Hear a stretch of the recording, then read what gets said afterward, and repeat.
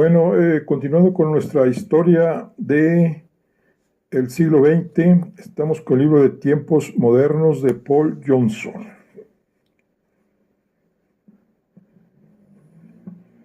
Y continuamos.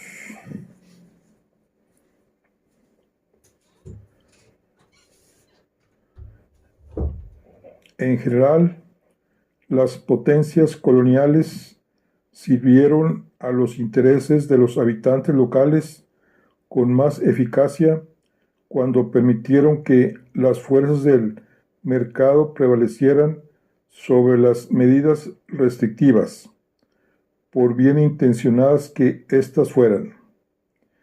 El proceso implicaba, por lo común, pasar de la agricultura de subsistencia a la producción en gran escala para la exportación. Esta supuesta formación de las economías coloniales para servir a los fines de la madre patria o a los mercados mundiales constituye la base de la acusación de que estos territorios sencillamente fueron explotados. Se alega que las colonias llegaron a ser más pobres que antes, que se procedió a la destrucción de sus economías naturales y que esos países ingresaron en una fase de la enfermedad denominada subdesarrollo. Por desgracia, las pruebas estadísticas destinadas a demostrar o refutar esa teoría sencillamente no existe.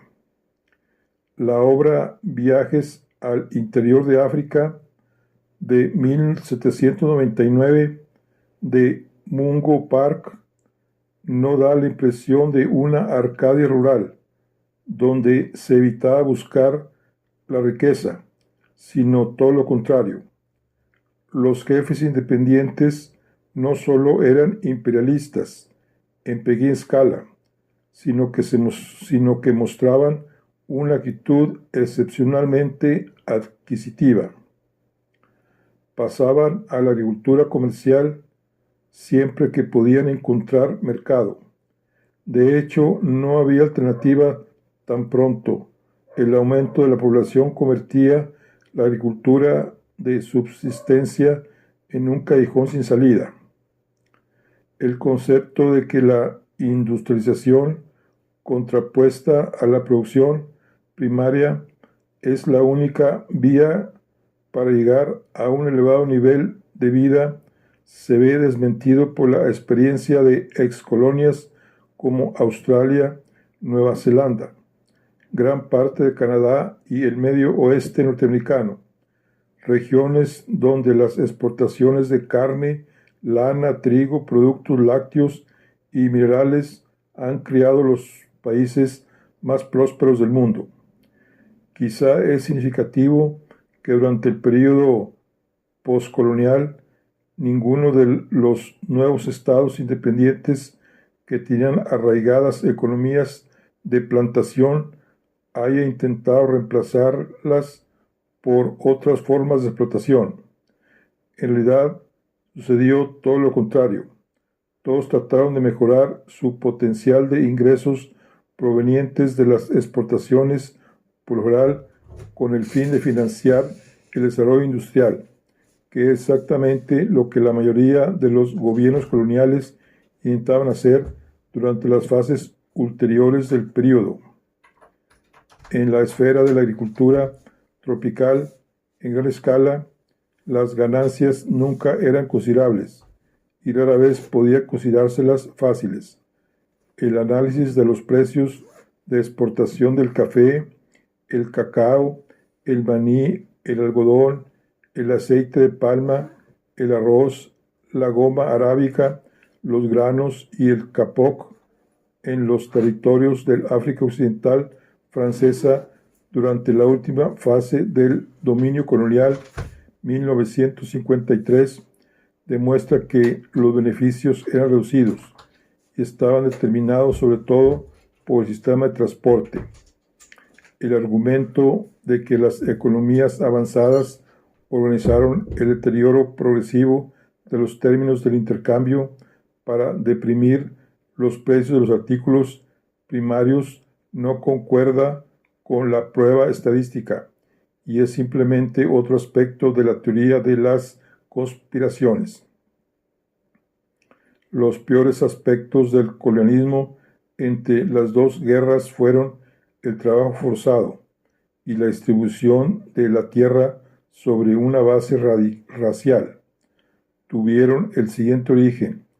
Podía conseguirse que la tierra africana fuese productiva y que se elevase por sobre el nivel de la agricultura de subsistencia solamente si se disponía de un caudal adecuado de fuerza de trabajo que se desempeñara en jornadas regulares según el estilo europeo. En África precolonial, la respuesta había sido la esclavitud. Las potencias coloniales más progresistas, Gran Bretaña y en menor medida Francia, estaban decididas a abolirla. Los británicos preferían empujar a los africanos hacia el mercado de trabajo apelando a los impuestos, o bien importaban fuerza de trabajo contratada. Era la solución fácil. Como poseían un imperio mundial en el que tanto la fuerza de trabajo como las mercancías podían desplazarse libremente, indujeron a los indios a trabajar en Birmania, Malasia, el Pacífico, Ceilán y África Meridional, Central y Oriental, e incluso en América Central y del Sur, y a los chinos a trabajar en Asia suroriental, el Pacífico, África del Sur y Australia. También promovieron grandes desplazamientos interiores en África, del mismo modo que los holandeses en Indonesia indujeron a los javaneses a trabajar en otras islas. El resultado fue la creación de un elevado número de problemas raciales y comunales insolubles, o en el caso de Indonesia y el imperialismo javanés, que todavía perduran. Los holandeses también adoptaron el llamado sistema de cultivos, que obligó a los habitantes a producir por el hecho de exigirles el pago en especies, en un marco en que el Estado era el principal propietario de plantaciones y el principal agente. El sistema de cultivos fue adoptado por Leopoldo II, el creador del Congo belga, y se convirtió ahí en la base de la economía. En este caso, los belgas presionaron también sobre los jefes con el propósito de que estos suministraran voluntarios que quedaban atados por contratos más prolongados.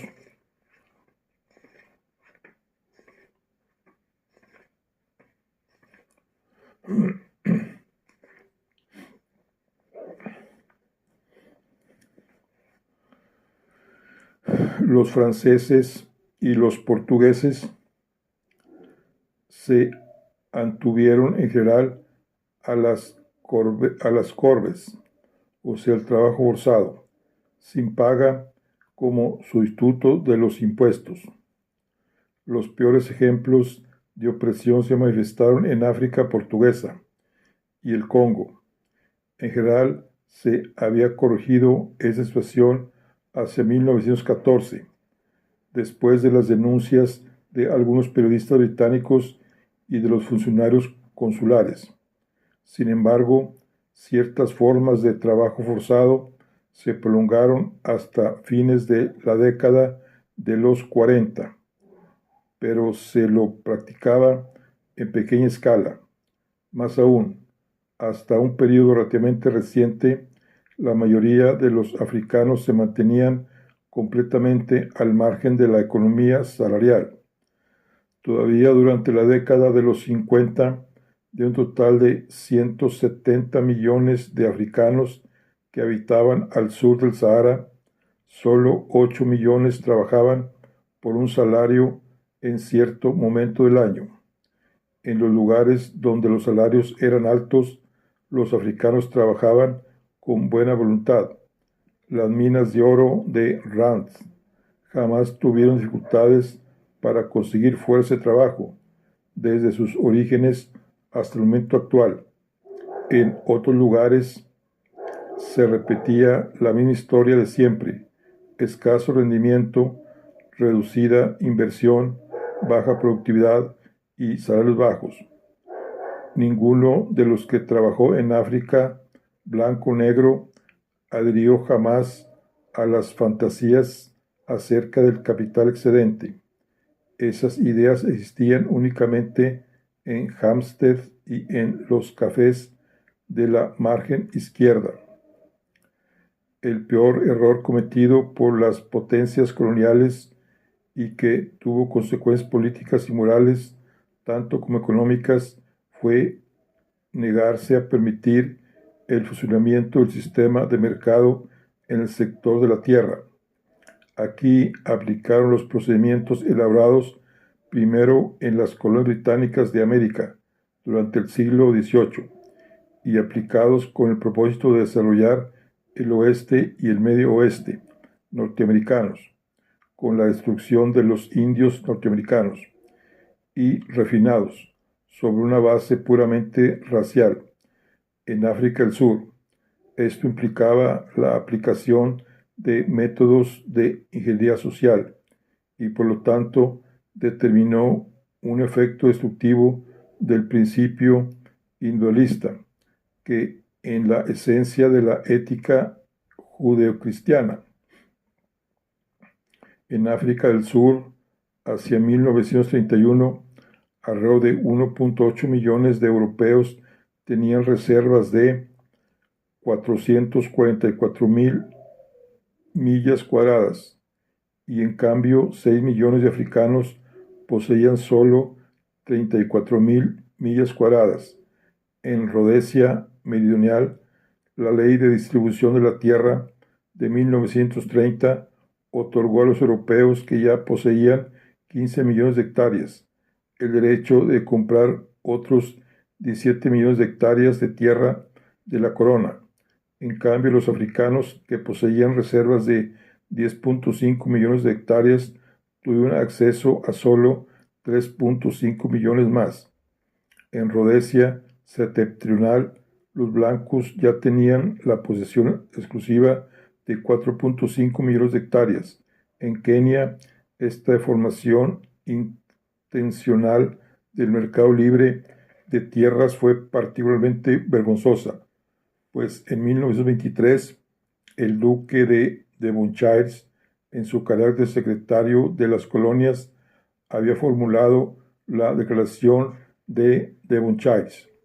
Ante todo, Kenia es un territorio africano.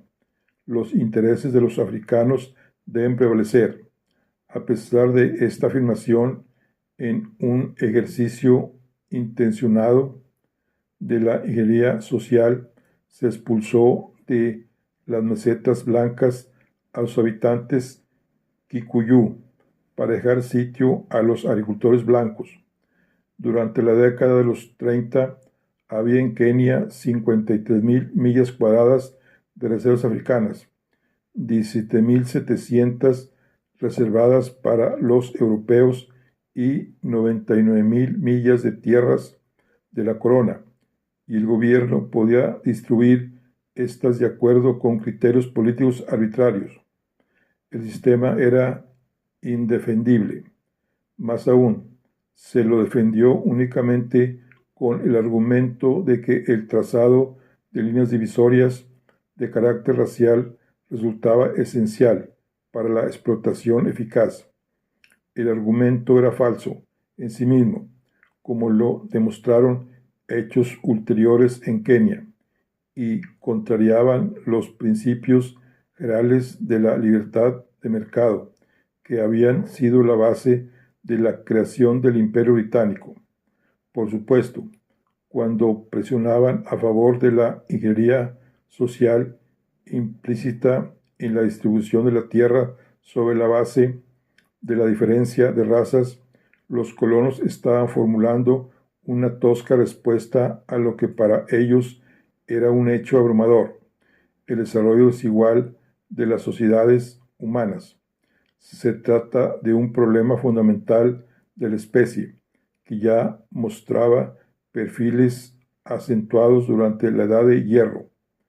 Los imperios capitalistas europeos arquetípicos, que ya estaban claramente delimitados durante los años 1870 y 1845, fueron una serie de intentos carentes de coordinación y espasmódicos, a menudo contradictorios, para resolver el problema representado por la existencia de sociedades avanzadas y atrasadas en un mundo que tendía a contraerse y donde los contactos eran inevitables, entre otras cosas porque las poblaciones estaban creciendo casi por todas partes, así como las expectativas.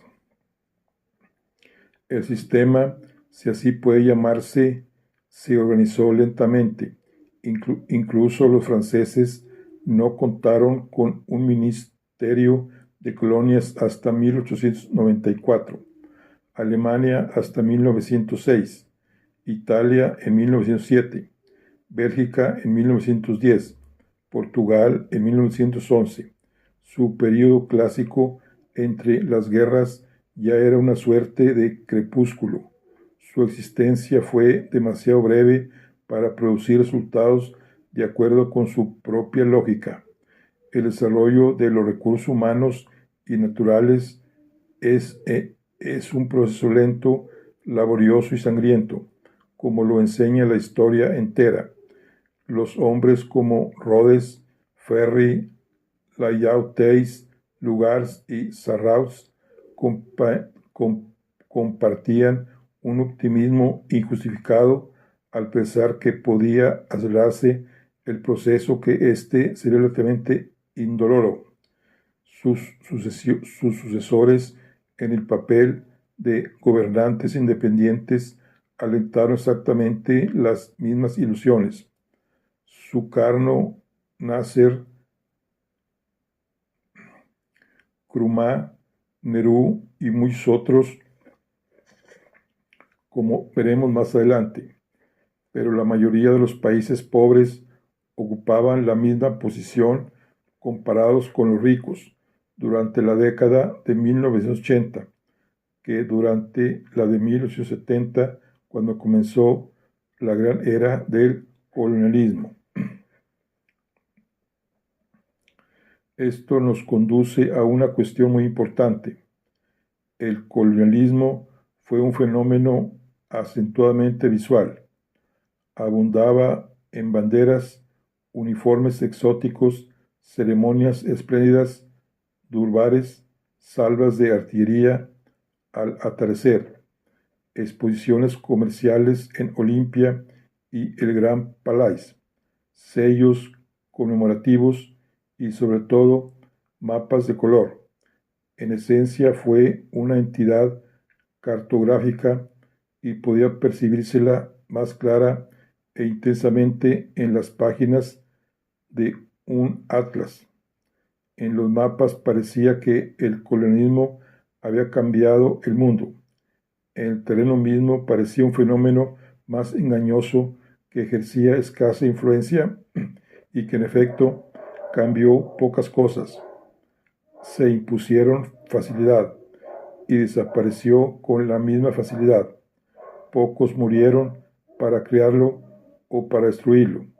Aceleró y al mismo tiempo retrasó, aunque de manera marginal, en ambos casos, la aparición de un sistema económico mundial que habría nacido más o menos con la misma rapidez si los europeos nunca hubieran anexado una sola hectárea de Asia o África.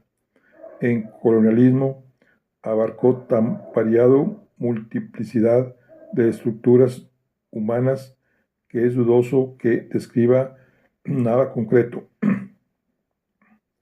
El colonialismo tuvo importancia no por lo que fue, sino por lo que no fue. Originó grandiosas ilusiones e injustificados agravios. Las primeras ejercieron una influencia importante sobre los hechos que se sucedieron hasta 1945, los segundos sobre lo que siguió, así como pareció que el imperio francés transformaba a Francia, agotada y decadente, en un vigoroso Sansón de 100 millones de habitantes. El Commonwealth británico pareció convertir a la metrópoli en una superpotencia, un concepto que Hitler, por ejemplo, llevó a su propio búnker. También aquí el aspecto visual determinó tales percepciones.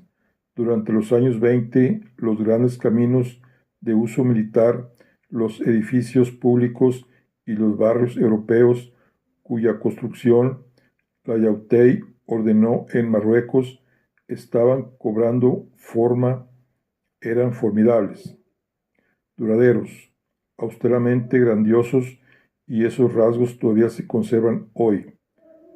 Al mismo tiempo, está permitiéndose la construcción de la sede del gobierno de Sir Edwin Lutyens en Delhi, la más hermosa de las grandes creaciones del siglo XX. Es significativo que ambas empresas hayan sido concebidas en la época eduardianas. Una y otra pudieron cristalizarse solo después que la primera de las guerras civiles europeas ya había debilitado a los imperios a los que esas obras adornaban. La arquitectura es al mismo tiempo la más concreta y la más simbólica de las artes. Los edificios públicos hablan a veces con tonos falsos. Las espléndidas cúpulas de Lutyens usaban dos voces. Para la mayoría de los británicos y de los extranjeros, y sobre todo para la mayoría de los indios, expresaban durabilidad, pero para los militares y los expertos en economía constituían un motivo de dudas cada vez más acentuadas. Un ejemplo apropiado era el sistema monetario imperial. A partir de 1912, Gran Bretaña dividió su imperio en áreas monetarias regionales, reguladas por una Junta Británica de la Moneda, en concordancia con el patrón de cambio de la esterlina colonial. Desde 1920, las colonias debieron mantener una cobertura del 100% en metálico, títulos o valores de máxima garantía en Gran Bretaña para respaldar sus emisiones fiduciarias. Esta norma provocó muchas quejas de los nacionalistas, sobre todo en la India. En realidad era un sistema razonable que determinaba que la mayor parte del Commonwealth gozara de la bendición muy real de la estabilidad monetaria. También fue una norma bastante equitativa hasta el periodo que siguió a 1939, cuando las exigencias de las finanzas británicas en tiempos de guerra y su rápida caída hacia la insolvencia total determinaron que el sistema de su totalidad representase un factor de opresión. De esto puede desprenderse una moraleja fundamental. Gran Bretaña podía mostrarse justa con sus súbditos mientras fuese una nación relativamente acaudalada. Una potencia rica podía dirigir un imperio próspero y bien gobernado. Las naciones pobres como España y Portugal no podían darse el lujo de la justicia ni renunciar a la explotación. De esto se deduce, como lo afirmaron muchos estadistas británicos a lo largo del siglo XX, que las colonias no eran una fuente de fuerza, sino de debilidad. Constituían un lujo mantenido con fines de prestigio y solventado mediante el desvío de recursos reales. El concepto de una superpotencia colonial era, en general, fraudulento. En, en cuanto coloso militar y económico, el Imperio Británico estaba formado por listones y yeso, pintura y adornos dorados. De ahí el extremo sentimiento tanto de crueldad y extravagancia como de fragilidad que el imperio provocaba en el observador ubicado entre las dos guerras. Malcolm Muggeridge, que estuvo en Smila a principios de la década de los 20, observó que solo el virrey y dos funcionarios más tenían automóvil y que las calles eran tan empinadas que todos los culiés de los richuelos morían jóvenes a causa de ataques cardíacos. Mientras miraba cómo un hombre obeso era llevado por la calle, oyó decir a alguien: miren, ahí va un hombre arrastrando al otro, y dicen que hay Dios. En 1930, en Kenia, Evelyn Waugh conoció a una hermosa norteamericana llamada Kiki, a quien un acaudalado colono británico del lago Navicha, en las mesetas blancas, le habló regalado 4 o 5 kilómetros de terreno frente al lago como presente de Navidad. Pero Leo Amery, el más ambicioso de los secretarios de Colonia entre las guerras, vio frustrado su plan de organizar una sección especial de los dominios, porque el Tesoro no estuvo dispuesto a gastar 800 libras suplementarias al año en sueldos. Cuando Lord Redis fue designado virrey de la India en 1921, las maniobras políticas que rodearon el nombramiento demostraron claramente que, a los ojos del gobierno británico, la necesidad de mantener a Sir Gordon Hewars, un buen polemista, en el cargo de fiscal general era mucho más importante que la identidad de la persona que gobernaba la India.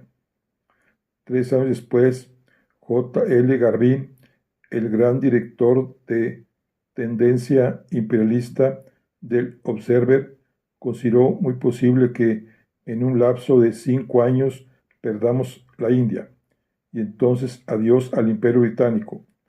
El mismo pensamiento elegíaco asaltó la mente de un joven oficial de la policía británica en Birmania, a quien se le pidió precisamente en esa misma fecha que matase a un elefante para impresionar a los nativos. Y entonces escribió George Orwell: por primera vez comprendí el vacío, la futilidad del dominio del hombre blanco en Oriente. Ahí estaba yo, el hombre blanco con el arma de fuego, de pie, frente a la multitud nativa desarmada, en apariencia el actor principal de la obra, pero en realidad yo era solo un absurdo títere empujado hacia adelante y hacia atrás por la voluntad de esas caras amarillas que estaban detrás. Dirigir un imperio era en gran parte un sencillo asunto de decisión. Años después, en 1962, Sir Roy Welensky, primer ministro de la Federación Rhodesiana, diría: Gran Bretaña ha perdido la voluntad de gobierno en África. Durante las décadas de los 20 y los 30 no lo había perdido, o por lo menos no lo había perdido del todo, pero estaba debilitándose. La Gran Guerra había conmovido la confianza de la clase gobernante británica. Las pérdidas del Reino Unido no fueron tan enormes: 702.410 muertos. Podían compararse con las de Italia, que renació con vitalidad durante los años 20, aunque por supuesto la población italiana aún continuaba elevándose velozmente. Incluso en general se creía que el alumnado de Oxford y Cambridge, así como el de las escuelas públicas, se había visto afectado de manera especial. En el frente occidental murieron 37.452 oficiales británicos.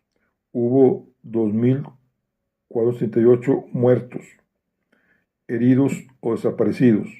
El primer día, 1 de julio de 1916, de la batalla de Somme. De aquí partió el mito de la generación perdida, algunos de cuyos miembros masacrados, por ejemplo, Raymond Askich, Julian Greffels y Rupert Brock, muchos en realidad inadaptados o fracasados, fueron presentados como irreemplazables. El mito tuvo un origen en parte literario. Los poetas que aludieron a la guerra fueron muchos y exigieron elevada calidad. Wilfredo Owen, Edmundo Blunden, Sigifrido Sassons, Herbert Read, Robert Graves, Isaac Rosenberg, Mauricio Barin, Richard Addington, Roberto Nichols, Wilfredo Gibson y muchos otros, durante los últimos años de la guerra, llegaron a obsesionarse con la muerte, la futilidad y el despilfarro. Los poemas de estos autores proyectaron su sombra durante la primera parte de los años 20. Más tarde llegó la prosa. Journey Ends de R. C. Sheriff, Undertones of Wars de Blunden, Memorias de Vox Huntingsman de Sasson, todas de 1928, La muerte de un héroe de Addington al año siguiente. Esa literatura, aunque no precisamente derrotista, era antiheroica y subrayaba el costo de la defensa de las grandes naciones. Más aún, en la mente de la clase alta, la pérdida de vidas que aquella exageraba está relacionada directamente con la crisis del antiguo sistema de propiedades de la tierra, correspondiente a la agricultura tradicional de la nobleza rural, un esquema que había afrontado graves problemas desde la llegada de los granos provenientes del otro lado del mar, y que ahora se hallaba en las fases finales. La legislación de la preguerra tenía el propósito de proteger a los arrendatarios de los terratenientes.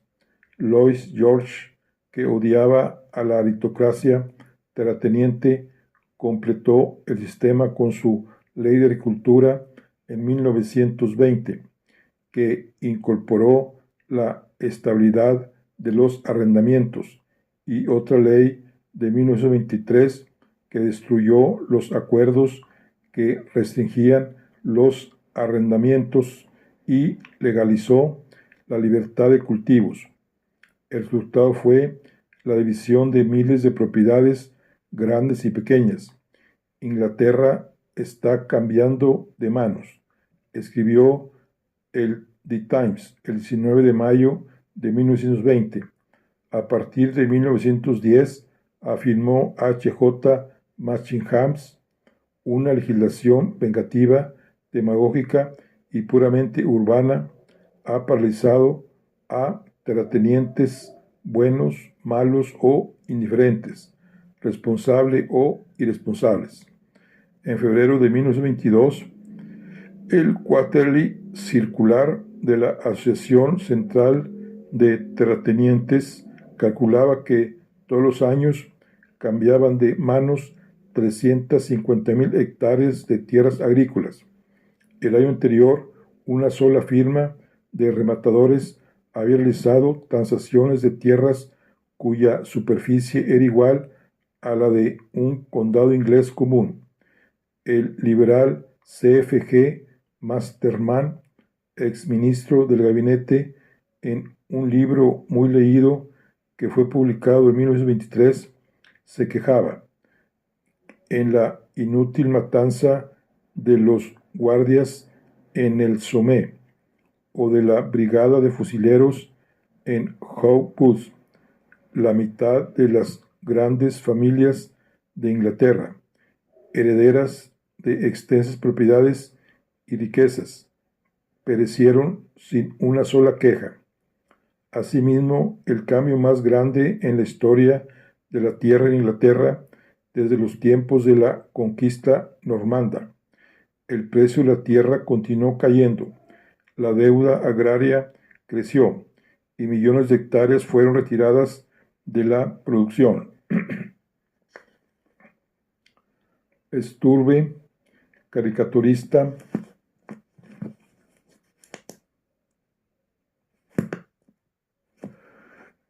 del Daily Express, dibujó a un manirroto escuálido y hambriento y lo tituló Acres Baldíos.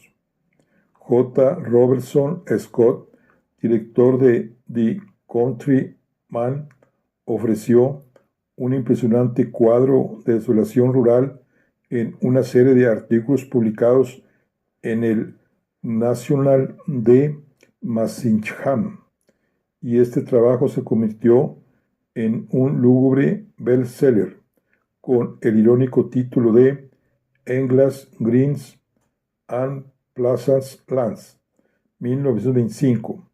En Norfolk, en el año de 1932, el escritor y agricultor Henry Williamson observó que una hacienda de casi 1 milla cuadrada, con una cómoda casa isabelina y 10 o 12 cottages, se vendía por 1,000 libras.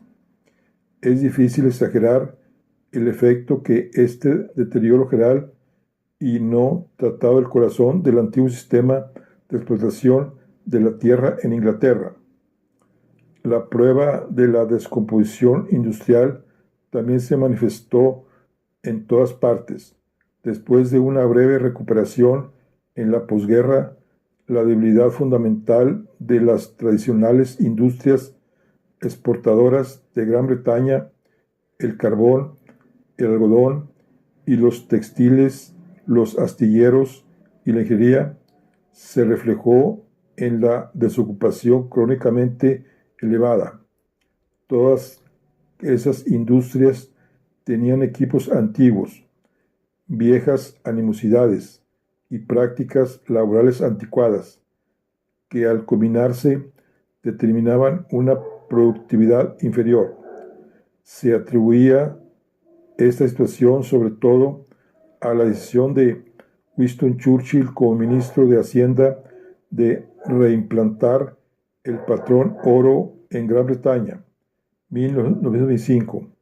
Keynes argumentó con energía contra esta actitud y afirmó que era una forma de mercantilismo contemporáneo. Los británicos estaban atándose al oro. Churchill respondió que estaban atándose a la realidad. Lo que era cierto era la realidad de la anticuada economía industrial británica. Los efectos de la iniciativa se equilibraron con precios más elevados de la exportación, materias primas y alimentos importados más baratos. Como dijo Churchill, era esencialmente una actitud política destinada a restablecer el prestigio financiero de Gran Bretaña en el nivel de la preguerra. Era inevitablemente deflacionario y por lo tanto produjo el imprevisto efecto de facilitar al gobierno la tarea de derrotar la huelga general, el arma definitiva de los sorelianos. Tema de comentarios desde 1902, que finalmente sobrevino en mayo de 1926. Se conocieron ensayos generales en 1920 y 1922, y el partido Tory los había aprovechado mejor que los jefes sindicales. Cuando llegó a ser inevitable, Stanley Baldwin manipuló hábilmente a los jefes del transporte, los ferrocarriles y los mineros, de manera que comenzaran la batalla a finales y no a principios del invierno. La huelga se derrumbó ignominiosamente después de una semana.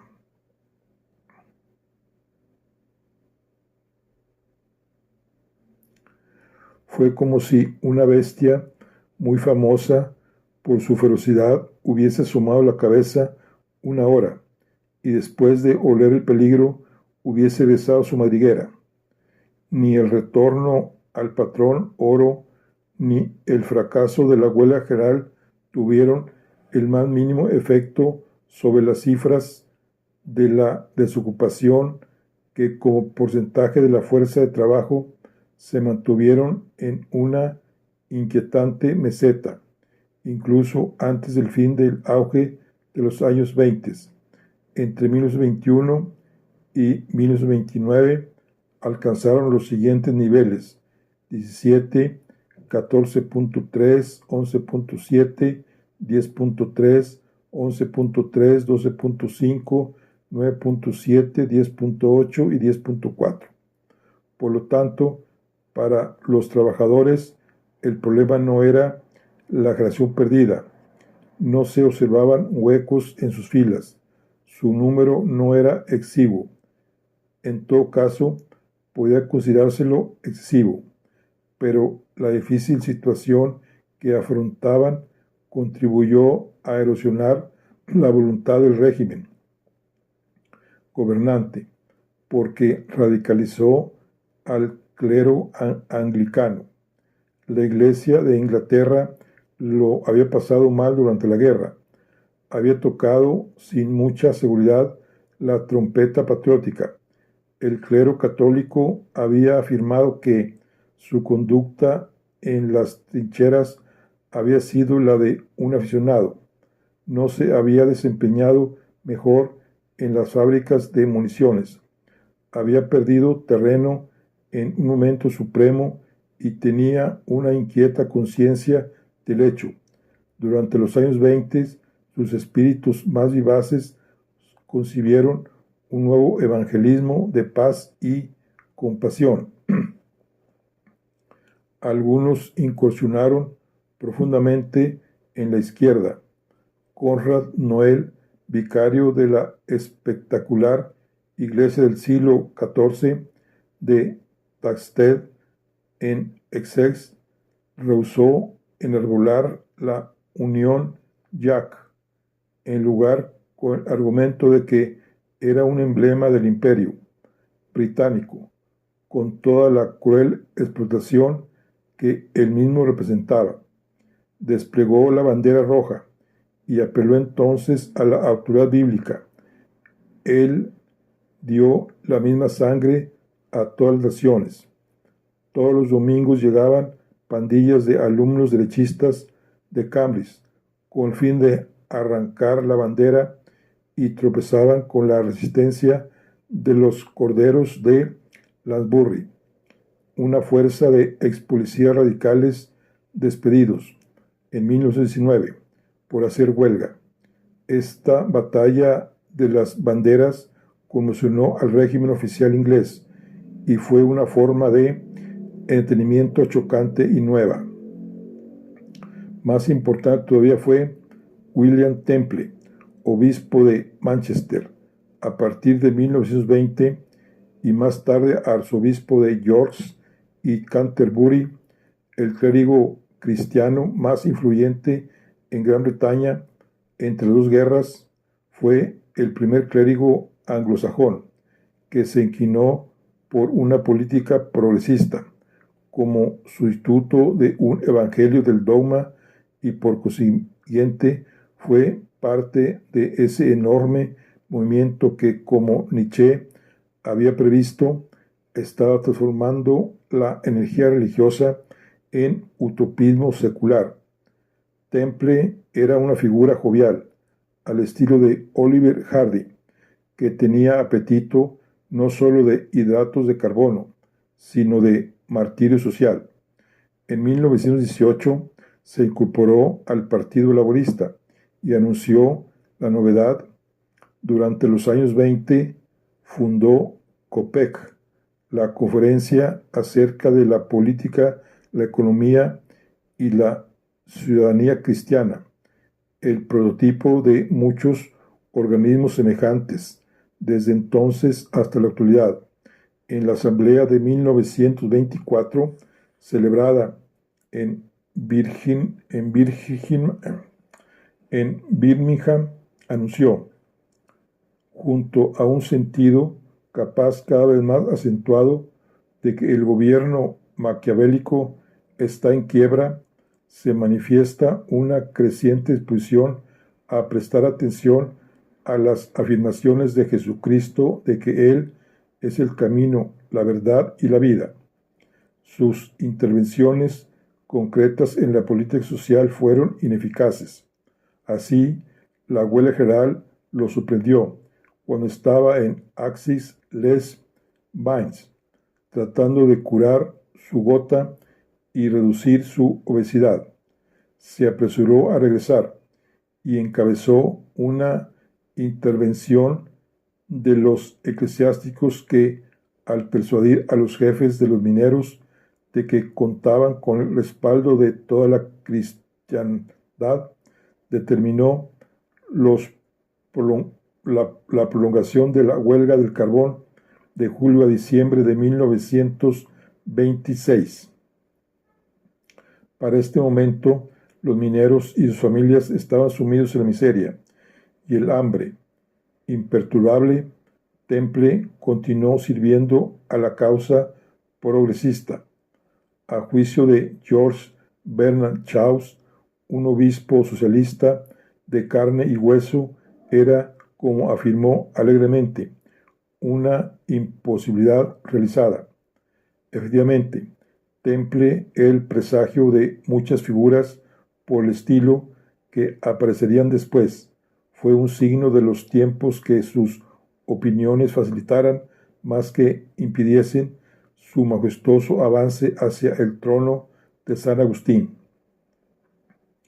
La filosofía de Temple implicaba la creencia tan característica del siglo XX, de que la moral cristiana se reflejaba en la persecución de soluciones económicas seculares. El concepto cristiano de culpa, que se manifestaba en la inquietud de los dignatarios anglicanos, cómodos y bien alimentados, reforzó intensamente el sentido de obligación que las clases poseedoras y las naciones más ricas comenzaban a alimentar en relación con los carenciados de su propio país y del exterior. La economía no se refería a la creación de riqueza, sino al deber y la virtud. Naturalmente, Temple encontró entusiastas aliados en el sector agnóstico del espectro progresista.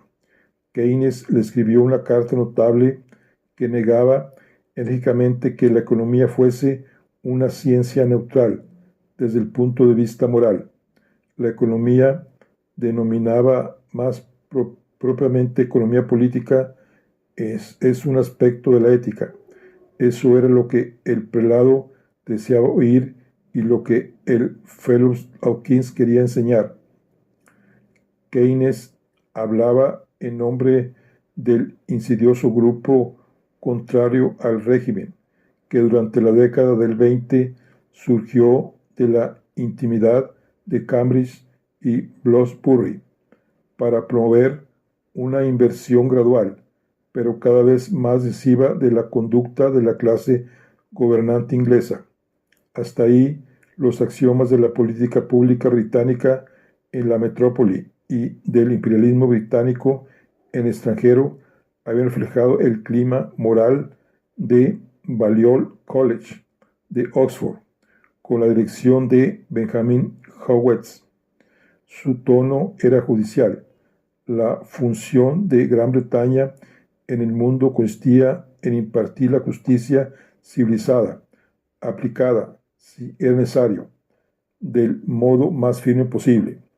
Este concepto se condensaba en la persona de Lord Curzon, un hombre puntilloso, ingenioso, cortés e inmensamente culto, pero inflexible en la defensa de los intereses británicos, a los que equiparaba con la moral propiamente dicha. El gobierno británico escribió en una minuta dirigida a su gabinete en 1923: nunca falta a su palabra y nunca es infiel a sus colegas o a sus aliados. Nunca comete actos bajos o mezquinos. Esta es la verdadera base de la autoridad moral que el Imperio Británico ha ejercido durante mucho tiempo. Naturalmente, cuando era necesario, se respaldaba la autoridad moral con los tanques, los aviones y los buques de guerra que operaban desde el círculo de bases que los británicos mantenían en el mundo. En Cambridge se había creado una tradición algo diferente. Mientras Oxford enviaba a sus estrellas al Parlamento, donde se convertían en ministros y actuaban en la escena pública, Cambridge formaba grupos privados y actuaba mediante influencia y la sugerencia.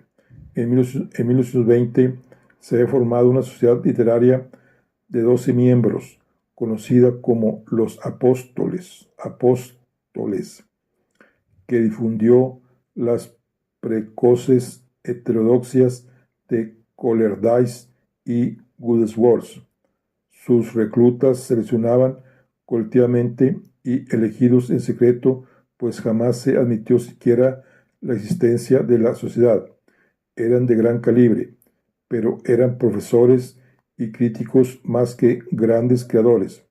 El único gran talento, Alfredo Tennyson, se alejó rápidamente en 1830.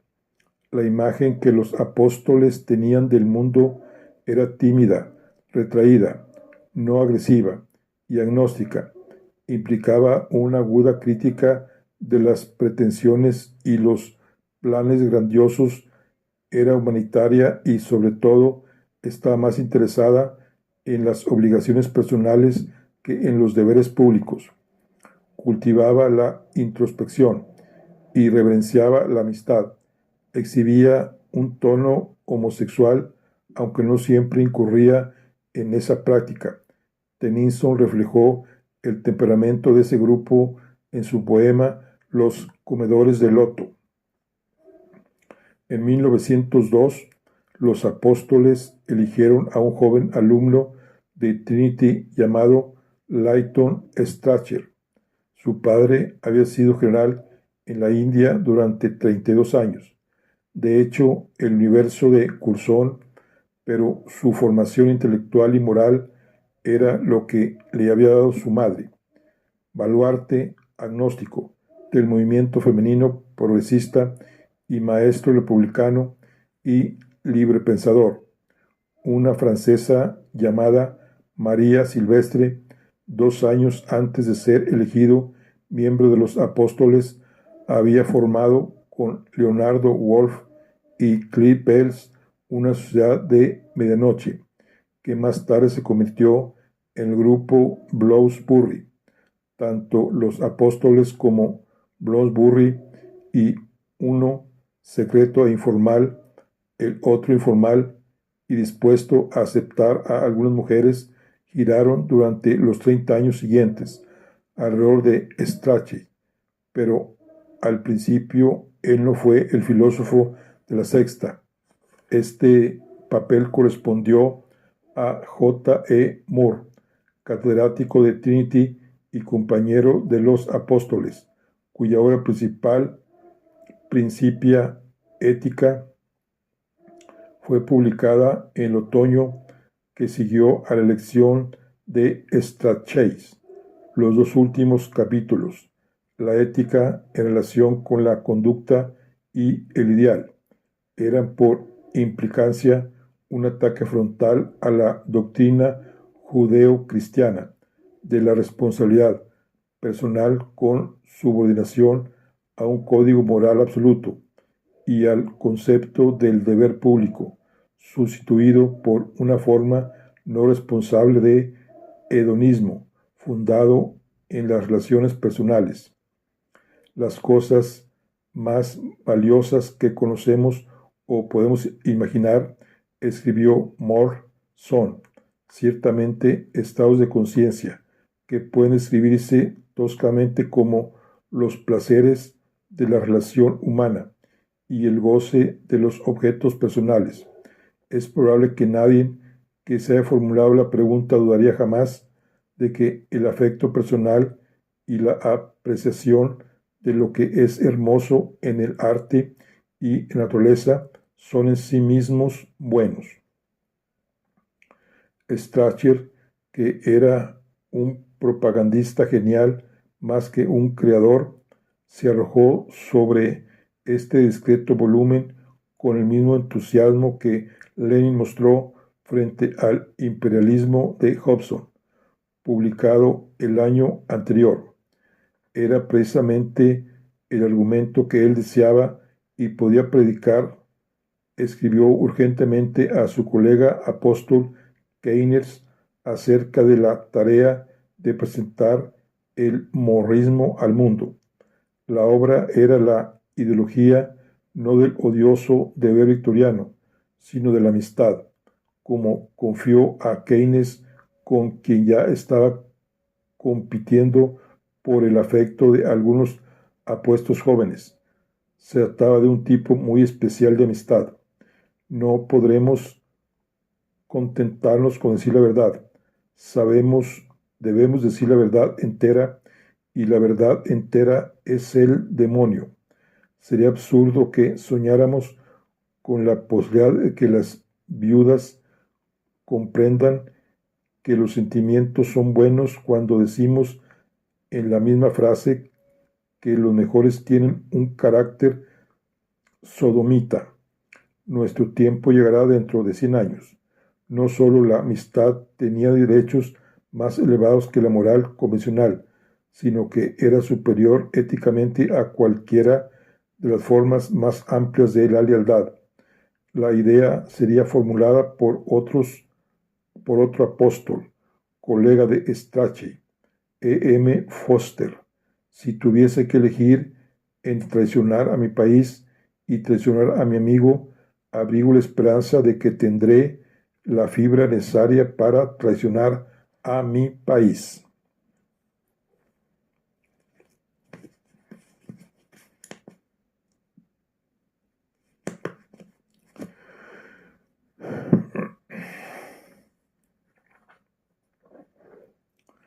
La doctrina de More, externamente tan apolítica, casi quietista, en la práctica era una fórmula excelente para practicar la conquista intelectual. Suministraba la justificación ética, no sólo de una sociedad de admiradores mutuos, lo que los apóstoles habían sido antes, sino para la formación de una francomasonería más concreta y programática. Casi una mafia, el sistema de los apóstoles les facilitó el acceso a algunos de los mejores cerebros que Cambridge podía suministrar: Bertrand Russell, Robert Frey, Ludwig Wittgenstein, entre otros. Una red de vínculos amistosos y conyugales originó cordiales centros metropolitanos: Plaza Fiesole 21, Plaza Brunswick 28, calle Great Ormond 10, calle Gower 3, Plaza Gordon 46, Plaza Tribosque 52, así como los hospitalarios Trinity y Kings y hospederías rurales como Grassington, The Lady of Lines, Morrell, publicitada en Crom's Yellows. Los apóstoles o sus relaciones ocupaban cargos estratégicos.